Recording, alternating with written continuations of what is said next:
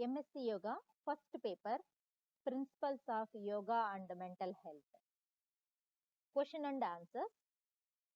Describe Yoga Sutras about yoga. Let's come to the answer.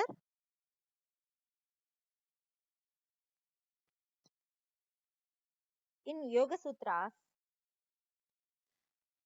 in the second aphorism of the first chapter of the Yoga Sutras, Patanjali describes yoga as Chitta Vritti Nirodha. This may be translated as the restraint, Nirodha, of mental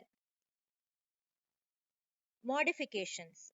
Mental means chitta, modifications means vritti, or as suppression, Nirodha, of the fluctuations of thoughts, vrittis, of consciousness, chitta. The word chitta denotes the mind in its total or collective sense as being composed of three categories.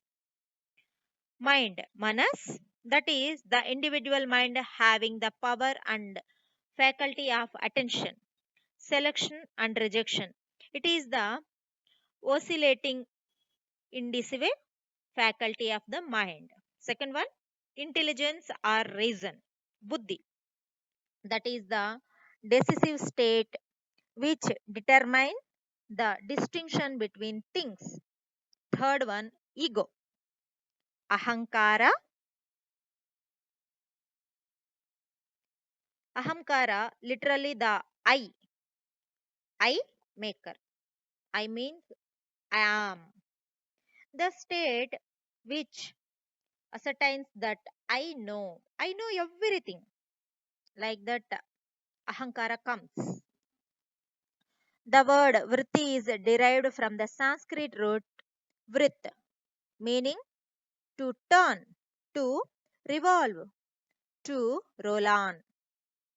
It thus means course of action, behavior, mode of being, condition, or mental state. Yoga is the method by which the restless mind is calmed and the energy directed into constructive channels. As a mighty river, which, when properly harnessed by dams and canals, creates a vast reservoir of water, prevents famine, and provides abundant power for industry. So, also the mind, when controlled, provides a reservoir of peace and generates abundant energy for human uplift. Dharana, Dhyana, and Samadhi, as per Ashtanga Yoga,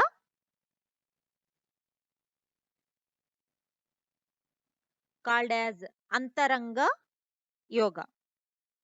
Dharana, Dhyana, Samadhi take the yogi into the innermost recesses of his soul. The yogi does not look heavenward to find God. He knows that he is within, being known as the Antaratma, the inner self. The last three stages keep him in harmony with himself and his maker. These stages are called Antaratma Sadhana, the quest of the soul. By profound meditation, the knower, the knowledge, and the known become one. The seer, the sight, and the seen have no separate existence from each other. It is like a great musician becoming one with his instrument and his music that comes from it. Then the yogi stands in his own nature and realizes his self, Atman, the part of the supreme soul within himself. There are different paths, margas, by which a man travels to his maker. The active man finds realization through karma marga, in which a man realizes his own divinity through work and duty. The emotional man finds it through bhakti marga, where there is realization through devotion and love of a personal God. The intellectual man pursues Gnana Marga, where realization comes through knowledge. The meditative or reflective man follows Yoga Marga and realizes his own divinity through control of the mind. Happy is the man who knows how to distinguish the real from the unreal, the eternal form of transient and the good from the pleasant by his discrimination and wisdom. Twice blessed he who knows true love and can love all God's creatures. He who works selfishly for the welfare of others with love in his heart is thrice blessed. But the man who combines within his mortal frame knowledge, love, and selfless service is holy and becomes a place of pilgrimage, like the confluence of the rivers Ganga, Saraswati, and Yamuna.